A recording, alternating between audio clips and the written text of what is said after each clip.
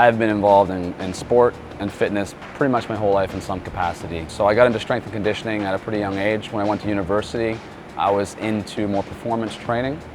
I played professional golf for a number of years, and I would be quite diligent in my off seasons and doing what I needed to do to perform better with my sport.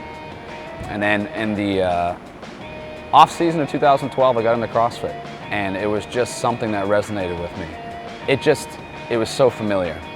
You're the whole team in CrossFit, and when you have a weakness, it will be exposed. And I think that's what I really loved about CrossFit. It's so honest.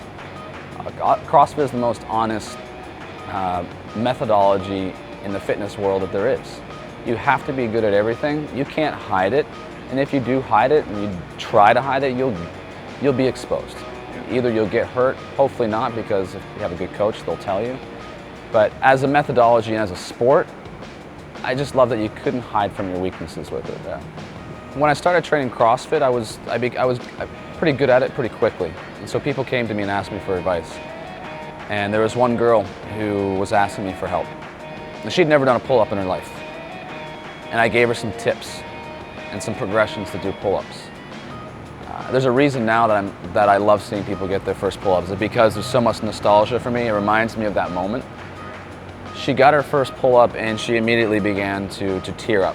She did something that she never thought she'd be able to do.